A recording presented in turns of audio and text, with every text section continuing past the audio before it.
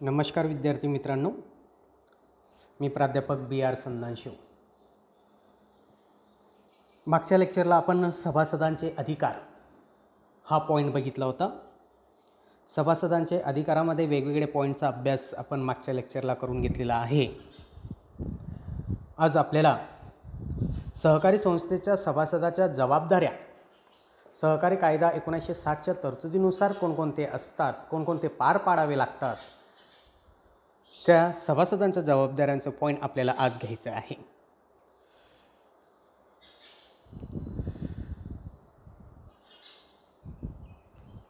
सहकारी संस्था कायदा 1960च्या तरतुदीनुसार खालील बाबींसाठी सहकारी संस्थेचा सभासद जबाबदार धरला जात असतो। पहिलं, सभासदाची जबाबदारी असते नियमांचं पालन करणं। सहकारी संस्था कायदा 1960 आणि त्या कायद्यामध्ये दिलेले नियम व पोटनियम यांचं पालन करण्याची जबाबदारी सभासदाची असते। जसं सहकारी कायद्यानुसार सभासदाला अधिकाराचा वापर सहकारी कायद्याने दिलेला आहे, अधिकार दिलेला आहे, तसं त्या अधिकारासोबत जबाबदाऱ्या देखील सहकारी संस्था कायद्यामध्ये सभासदांसंदर्भात दिलेल्या आहेत। त्या जबाबदाऱ्या, ते नियम व ते पोटनियमांचं पालन सहकारी संस्थेच्या सभासदाला पार पाडावी लागत असतात। दुसरा पॉईंट आपल्याला सांगता येईल देणी देणे। सहकारी संस्था मधून जर एखाद्या सभासदाने काही वस्तू घेतली असेल, काही कर्ज घेतलं असेल आणि त्या सभासदाने राजीनामा दिला असेल, तर संस्थेचे देणी देण्याची जबाबदारी हे सभासदाची असते। किंवा एखाद्या सभासदाला सहकारी संस्थेने त्याचं सभासदाची हकालपट्टी केली असेल, सभासदत्व रद्द केलं असेल किंवा त्या सभासदाने राजीनामा दिला असेल, तर त्याचं सभासदत्व रद्द झाल्यामुळे त्याच्याकडे जी देणी बाकी आहेत ती देण्याची जबाबदारी सहकारी संस्थेच्या सभासदाची असते। म्हणून सभासदांच्या जबाबदाऱ्यामध्ये देणी देणे हा दुसरी जबाबदारी आपल्याला सांगता येईल। तिसरा पॉईंट आपल्याला सभासदांच्या जबाबदाऱ्यांमध्ये विद्यार्थी मित्रांनो सांगता येईल भाग धारण करणे। संस्थेने देऊ केलेल्या किंवा सभासदाला सहकारी कायद्याच्या तरतुदीनुसार त्या संस्थेचे एकूण भागभांडवलाचा 1/5पेक्षा अधिक भागभांडवल धारण करता येत नाही। म्हणजेच 1/5 भागभांडवलाच्या रकमेपेक्षा जास्तीच्या रकमेचा भाग खरेदी करता येत नाही किंवा धारण करता येत नाही। म्हणजे 1/5पेक्षा अधिक भागभांडवल सहकारी संस्थेच्या सभासदाला धारण करता येत नाही। परंतु त्याला अपवाद सरकार म्हणजे राज्य सरकार आणि जिल्हा परिषद सहकारी कायद्याने त्यांना अपवाद ठेवलेले आहे। म्हणजे त्यांच्यावर 1/5पेक्षा जास्त किंवा अधिक भागभांडवल धारण करण्याची जी अट आहे ते शिथिल करण्यात आलेली आहे। म्हणजे राज्य सरकार किंवा जिल्हा परिषद सहकारी संस्थेचं 1/5पेक्षा जास्त भागभांडवल धारण करू शकते, परंतु एखादा व्यक्ती किंवा एखादा सभासद 1/5पेक्षा जास्त भागभांडवल धारण करू शकत नाही। ही सभासदाची जबाबदारी असते। चौथा पॉईंट आपल्याला सभासदाच्या जबाबदारींमध्ये सांगता येईल देयता, म्हणजे इंग्लिशमध्ये म्हटलं जातं लॅबिलिटीज। मर्यादित जबाबदारीच्या सहकारी संस्थेत त्या संस्थेच्या सभासदांची जबाबदारी हे त्याने धारण केलेल्या भागांच्या दर्शनी किमती इतकीच मर्यादित असते। मर्यादित आणि अमर्यादित सहकारी संस्थेच्या उपविधीमध्ये त्या संस्थेची जबाबदारी ही मर्यादित आहे की अमर्यादित आहे हे नोंद असते। आपण सहज एखाद्या संस्थेचं नाव जर बघितलं, म्हणजे उदाहरणार्थ चोपडा सहकारी साखर कारखाना लिमिटेड. वेगवेगळ्या प्रकारच्या संस्थांचं नावापुढे मर्यादित, अमर्यादित, लिमिटेड, अनलिमिटेड असं वाक्य वापरलं जात असतं. याचा अर्थ असा की त्या संस्थेची भागधारकांची जबाबदारी ही मर्यादित आहे की अमर्यादित आहे ते उपविधीमध्ये त्याची नोंद केलेली असते. मग जे संस्था मर्यादित जबाबदारीच्या सहकारी संस्था असतात त्या संस्थेच्या सभासदांची जबाबदारी ही देखील त्याने धारण केलेल्या भागांच्या दर्शनी किमती एवढी त्याची जबाबदारी असते. म्हणजे उदाहरणार्थ एक भाग जर त्याने 100 रुपयाचा खरेदी केला असेल, त्याची दर्शनी किंमत जर 100 रुपये असेल तर 100 रुपयापर्यंतच त्याची देणी देण्याची जबाबदारी असते. 100 रुपयापेक्षा जास्त जर त्याला रक्कम त्या संस्थेला त्याच्या हिश्श्याला येत असेल नुकसान भरपाईच्या वेळेस, ती जबाबदारी त्याची राहत नाही. फक्त 100 रुपयापर्यंतच त्याची देयता असते. असं सभासदांची जबाबदारी आपल्याला सांगता येईल. म्हणजे ज्यावेळेस नुकसान भरपाई किंवा ज्यावेळेस देयता निर्माण होते त्यावेळेस तेवढ्या भागांच्या रकमे एवढी त्याची देयता असते. 5वा पॉईंट आपल्याला सांगता येईल वारस नोंद. सभासदाने आपले वारसदाराचं नाव नोंदवले पाहिजे. म्हणजे सभासदाने आपले वारस नोंदवले पाहिजे. सभासदाच्या मृत्यूनंतर सभासदाचा भाग हा मालकी हस्तांतरणानुसार वारसदाराच्या नावाने जात असतो. म्हणून त्या सभासदाच्या मृत्यूनंतर तो भाग त्या व्यक्तीच्या नावाने हस्तांतरित करता यावं या दृष्टिकोनाने सभासदाने आपल्या वारसदाराची नोंद करणे गरजेचे असतं. सभासद कोणत्याही व्यक्तीचं नाव वारस म्हणून नोंदवू शकतो. तसेच त्याला असं वाटलं किंवा त्याला गरज भासेल तेव्हा तो वारस नावामध्ये बदल करू शकतो. म्हणून सभासदाच्या जबाबदारीमध्ये 5वा पॉईंट आपल्याला सांगता येईल वारस नोंद. म्हणजे वारसदाराचं नाव नोंदवण्याची जबाबदारी देखील सभासदाची असते. ज्यावेळेस त्याचा मृत्यू होतो त्यावेळेस तो भाग त्याच्या वारसदाराला हस्तांतरित करता येत असतो.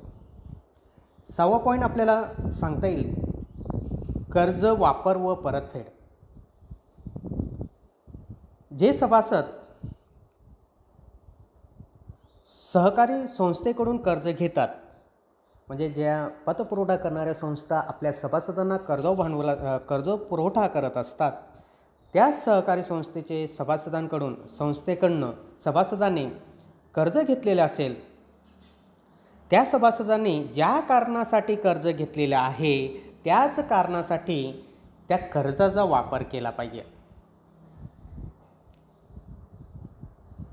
व जे घेतलेले कर्ज आहे ते घेतलेले कर्ज नियमितपणे त्याची परतफेड केली पाहिजे. नियमितपणे त्याची व्याज दिले पाहिजे. नियमितपणे त्याच्या मुद्दलाची रक्कम परतफेड केली पाहिजे. विद्यार्थी मित्रांनो,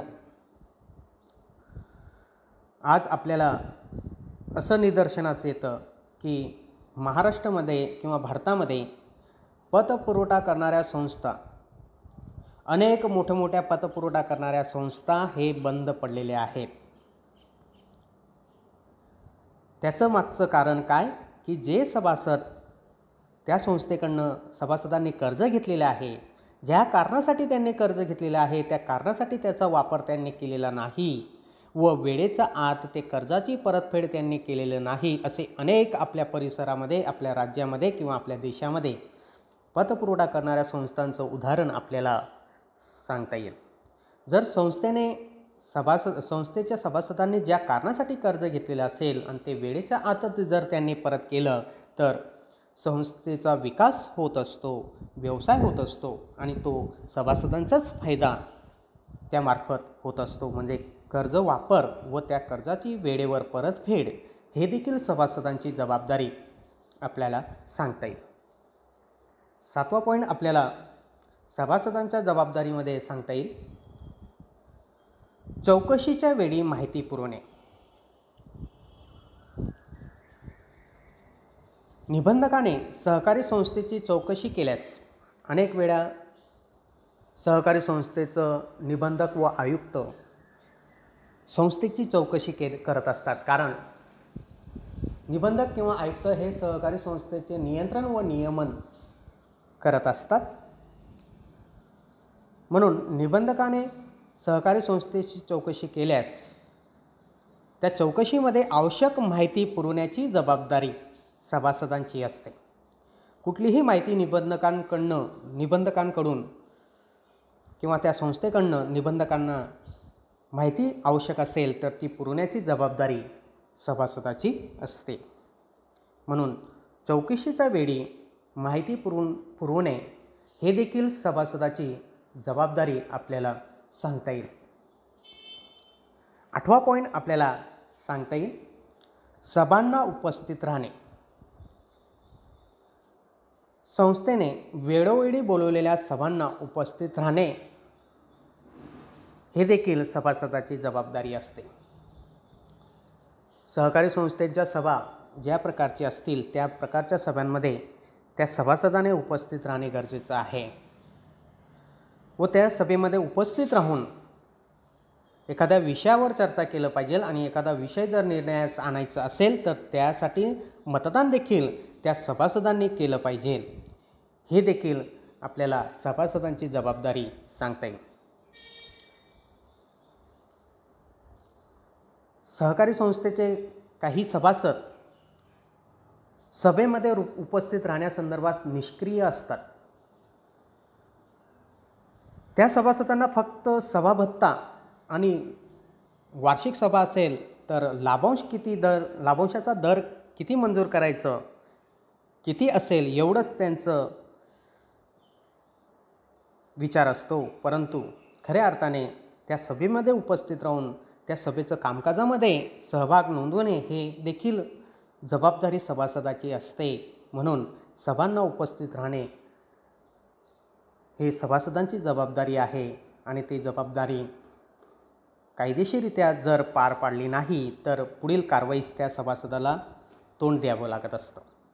आपण अधिकारामध्ये पाहिलंच, निष्क्रिय सभासदांच्या प्रकारामध्ये आपण पाहिलं क्रियाशील सभासद, अक्रियाशील सभासद.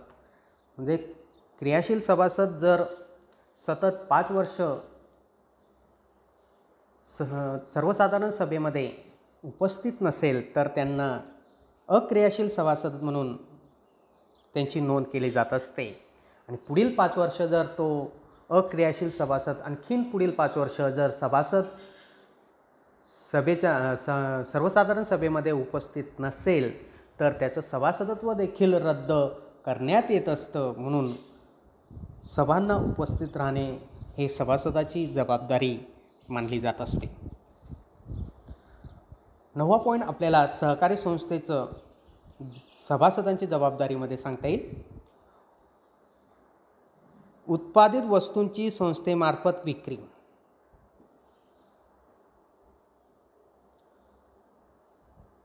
उत्पादन करणाऱ्या सहकारी संस्थेने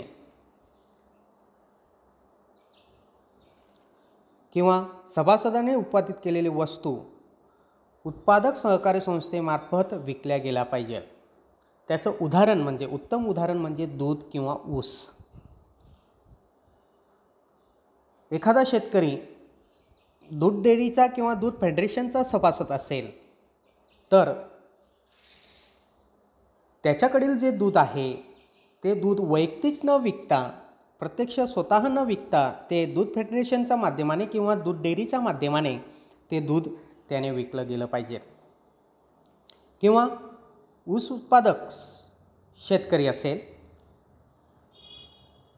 तो शेतकऱ्याने ऊसाचं उत्पादन केलं असेल तर ते ऊसाचं उत्पादन किंवा ते ऊस हे सहकारी साखर कारखान्या, ज्या सहकारी साखर कारखान्यामध्ये तो सभासद आहे त्या ठिकाणी ते ऊस प्रक्रियेसाठी विक्री केलं गेलं पाहिजे.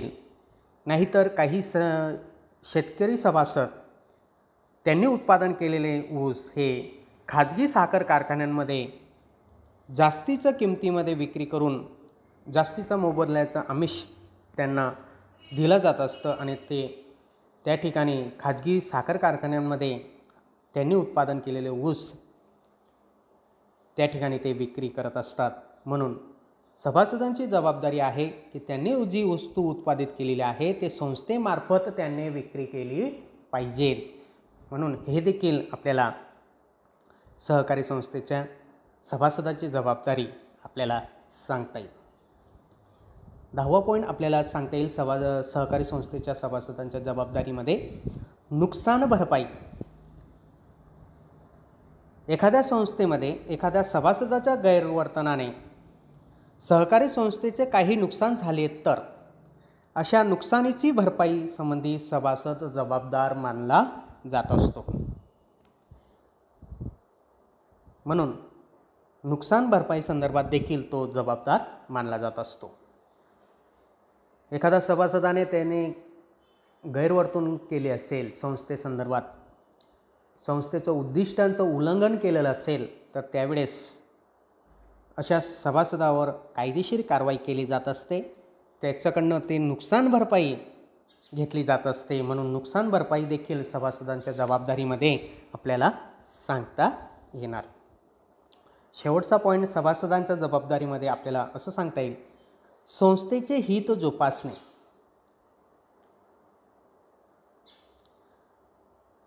सहकारी संस्थेचा सभासद हा त्या संस्थेचा मालक असतो. मालक या नात्याने सभासद सहकारी संस्थेचे जे हित असेल ते हित जोपासण्याचं काम त्याला करणे आवश्यक आहे, त्याची जबाबदारी असते. सहकारी संस्थेमध्ये जे कामकाज चालत आहे ते कामकाजात मदत करण्याचं देखील त्याची जबाबदारी असते. मग सभेच्या माध्यमाने असेल की दैनंदिन कार्य करण्याच्या माध्यमाने असेल तर त्याला त्या ठिकाणी संस्थेचे हित जोपासण्यासंदर्भात संस्थेच्या कामकाजामध्ये हातभार लावणे गरजेचे असते. कामात मदत करण्याची जबाबदारी सहकारी संस्थेच्या सभासदाची असते. विद्यार्थी मित्रांनो, जसं सभासदाला अधिकार सहकारी कायदा 1960ने दिलेले आहेत, त्या अधिकारासोबत जबाबदाऱ्या देखील दिलेल्या आहेत आणि त्या जबाबदाऱ्या सभासदाने कायद्यानुसार त्या जबाबदाऱ्या पार पाडणे हे बंधनकारक असतं. म्हणून आज आपण सभासदांच्या वेगवेगळ्या जबाबदाऱ्या आज बघितल्या. उद्या आपण सहकारी संस्थेच्या सभासदत्व रद्द कशा पद्धतीने होत असते किंवा त्याचं सभासदत्व समपुष्टात कशा पद्धतीने येत असते त्याचे पॉईंट आपण उद्या किंवा पुढच्या लेक्चरला बघू.